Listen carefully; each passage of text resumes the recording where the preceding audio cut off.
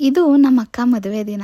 ತುಂಬ ಬೆಳಗ್ಗೆನೆ ಎಬ್ರಿಸಿ ಆಗಲೇ ನಮ್ಮ ಅಕ್ಕ ಹತ್ರ ಪೂಜೆಗಳೆಲ್ಲ ಸ್ಟಾರ್ಟ್ ಆಗಿದೆ. ನನಗಂತೂ ನಿಜವಾಗ್ಲೂ ಯಾವ್ಯಾವ ಪೂಜೆ ಅಂದ್ರೆ ಏನೇನು ಅಂತ ಗೊತ್ತಿಲ್ಲ. ಬಟ್ ಇದೊಂದು ಗೊತ್ತು, ಚಪ್ರ ಹಾಕೋದಕ್ಕಿಂತ ಮುಂಚೆ ಪೂಜೆ ಮಾಡ್ತಾರಲ್ಲ ಅದು ಅಂತ. ಯಾಕಂದ್ರೆ ನಮ್ಮ ಅಣ್ಣಂಗೂ ಸೇಮ್ ಮಾಡಿದ್ರು ಇದೇ ತರ. ಇದೆಲ್ಲ ಮುಗಿಸ್ಕೊಂಡು ಎಲ್ಲಾರು ಮನೆ ದೇವ್ರ ಪೂಜೆ ಮಾಡ್ಕೊಬರಕ್ ಹೋದ್ರು. ಅದನ್ನ ವಿಡಿಯೋ ಮಾಡ್ಕೊಳ್ಳೋದು ಬೇಡ ಅಂತ ಅಂದ್ರು. ಸೊ ಅದನ್ನ ರೆಸ್ಪೆಕ್ಟ್ ಮಾಡಿ ನಮ್ಮ ಪಡಿ ನಾವು ರೆಡಿ ಹಾಕೋದ್ವಿ.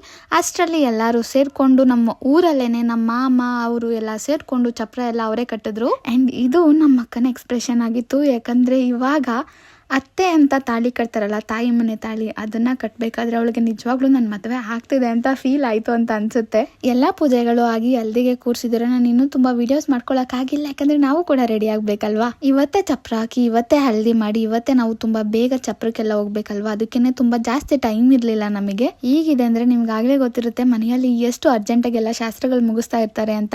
ನಾವಂತೂ ನಿಜವಾಗ್ಲೂ ಗ್ಯಾಪ್ ಅಲ್ಲಿ ಹೋಗ್ಬಿಟ್ಟು ಒಂದೊಂದು ಫೋಟೋ ತೆಗೆಸ್ಕೊಂಡ್ ಬಂದಿದೀವಿ. ಅದಕ್ಕೆ ಅಷ್ಟೊಂದು ಜಾಸ್ತಿ ಕಂಟೆಂಟ್ ಇಲ್ಲ.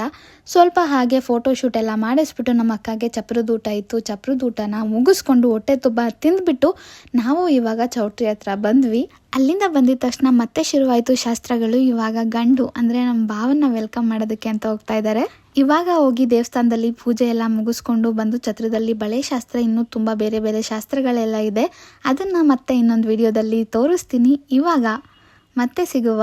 ಬಾಯ್.